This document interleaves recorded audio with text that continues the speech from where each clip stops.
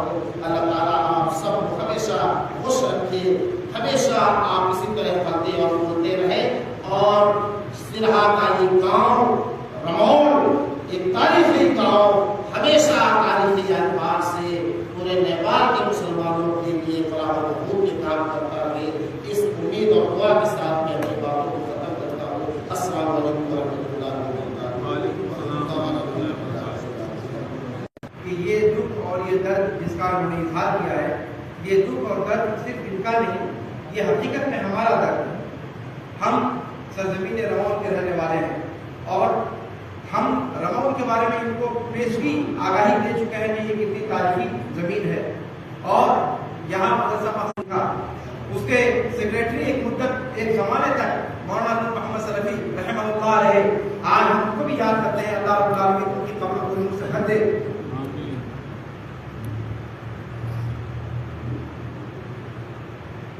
ایک اس وقت رمون کے اندر تقریباً 3 یا 4 ادارے چل رہے ہیں، 4 ادارے بڑے بڑے ادارے چل رہے ہیں، اور ان میں سے 2 والدوں کے ہیں اور 2 دیوبندیوں کے ہیں۔ ان اداروں کے جو ذمہ داران ہیں وہ ذمہ داران بھی اسی مقصد علوم کے پڑھے ہوئے لوگ ہیں۔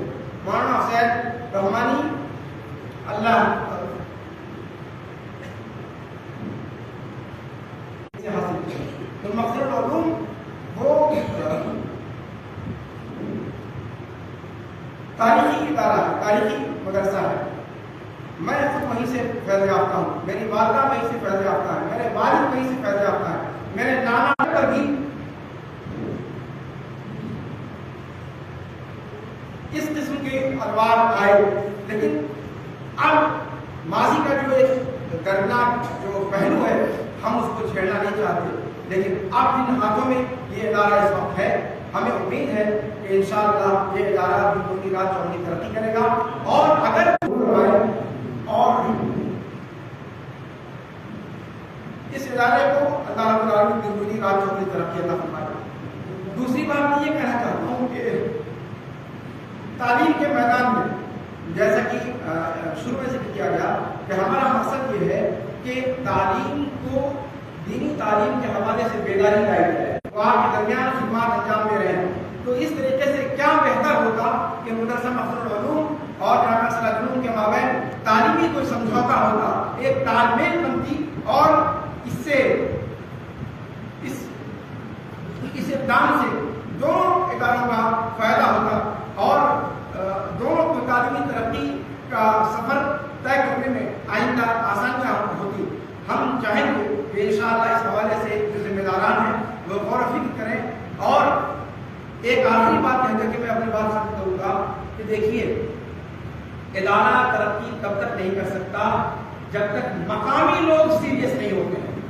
مقامی لوگ اگر اپنے بچوں کو کالج میں بھیجیں گے آنا چاہیے، اللہ کی قسم، اور اسی مقصد کے اندر اگر گاؤں اور محلے کے بچے آنا شروع ہو جائیں کبھی اس ادارے پر برا وقت نہیں آئے گا۔ آج برا وقت کیوں آتا ہے کہ ہم گاؤں کے جو رہنے والے لوگ ہیں وہ اس ادارے کو یتیم سمجھتے ہیں، اس ادارے کو ایک نہایت حقیر درجہ دیتے ہیں، اس کی جو عظمت ہے اس عظمت کو ہم نہیں سمجھتے۔